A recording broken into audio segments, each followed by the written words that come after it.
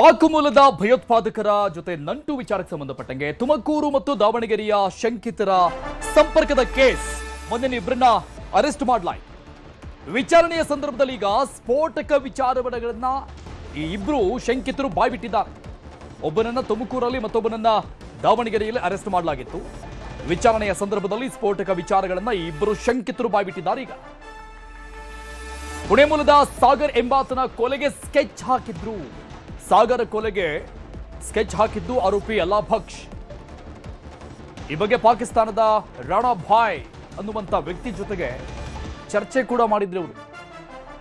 ಕೊಲೆ ಮಾಡೋ ಬಗ್ಗೆ 4-5 ಮುಸ್ಲಿಂ ಯುವಕರನ್ನ ಭೇಟಿ ಮಾಡಿದ್ದು ಅಲ್ಲಾಹ್ ಬಕ್ಷು. ಸಾಗರ ಕೊಲೆ ಬಗ್ಗೆ ಈ ಬಗ್ಗೆ ಚರ್ಚೆ ಆಗಿತ್ತಂತೆ, ಮಾತನಾಡಿದ್ರಂತೆ.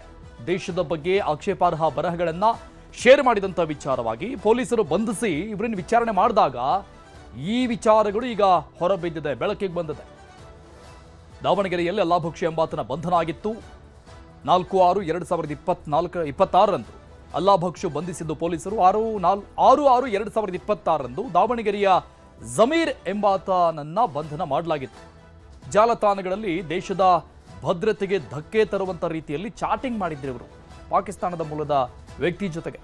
ಈ ಚಾಟಿಂಗ್ ಜಾಡನ್ನ ಹಿಡಿದು ಅಂದ್ರೆ ಎನ್ಐಎ ಬಗ್ಗೆ ಹಿಂಟನ್ನು ಕೊಟ್ಟಿತ್ತು ಇಲ್ಲಿನ ಪೊಲೀಸರಿಗೆ. ಎನ್ಐಎ ಕೊಟ್ಟಿದ್ದಂತಹ ಹಿಂಟ್ ಮೇರೆಗೆ ಆರೋಪಿಗಳನ್ನ ಬಂಧನ ಮಾಡಲಾಗಿತ್ತು. ಇವರ ವಿಚಾರಣೆ ನಡೆಸಿದಾಗ ಈಗ ಮತ್ತೊಂದಿಷ್ಟು ಸ್ಫೋಟಕ ವಿಚಾರಗಳು ಬಯಲಾಗಿದೆ. ಒಬ್ಬನ ಕೊಲೆಗೆ ಸ್ಕೆಚ್ ಹಾಕಿದ್ರು ಅನ್ನುವಂಥ ವಿಚಾರ ಗೊತ್ತಾಗಿದೆ. ಡೀಟೇಲ್ಸ್ ಕೊಡ್ತಾರೆ ನಮ್ಮ ಪ್ರತಿನಿಧಿ ವಿಠಲ್ ಸಂಪರ್ಕದಲ್ಲಿದ್ದಾರೆ. ವಿಠಲ್, ತುಮಕೂರು ಮೂಲದಲ್ಲಿ ಒಬ್ಬನನ್ನ, ದಾವಣಗೆರೆ ಮೂಲದ ಒಬ್ಬನನ್ನ ಬಂಧನ ಮಾಡಲಾಗಿತ್ತು ದೇಶ ವಿರೋಧಿ ಚಟುವಟಿಕೆ ಸಂಬಂಧಪಟ್ಟಂಗೆ. ಬಟ್ ವಿಚಾರಣೆ ನಂತರದಲ್ಲಿ ಬೇರೆ ಬೇರೆ ವಿಚಾರಗಳೀಗ ಹೊರಗೆ ಬೀಳ್ತಾ ಇದೆ. ಅರುಣ್, ತುಮಕೂರು ಮೂಲದ ಅಲ್ಲಾಹ್ ಬಕ್ಷ್ ಅರೆಸ್ಟ್ ಆಗಿದ್ದ ಆತ ಪೊಲೀಸರ ಮುಂದೆ ಅವರ ತನಿಖೆ ವೇಳೆ ಸ್ಫೋಟಕ ಮಾಹಿತಿಗಳನ್ನ ಬಿಚ್ಚಿಟ್ಟಿದ್ದು. ಮೊದಲು ಏನೋ ಮೊದಲನೇ ಹಂತದಲ್ಲಿ ಆತ ಏನ್ ಹೇಳ್ತಾನೆ, ನಮ್ಗೆ ಪಾಕಿಸ್ತಾನದ ರಾಣಾಬಾಯಿ ಎಂಬ ಜೊತೆ ಲಿಂಕ್ ಇದೆ.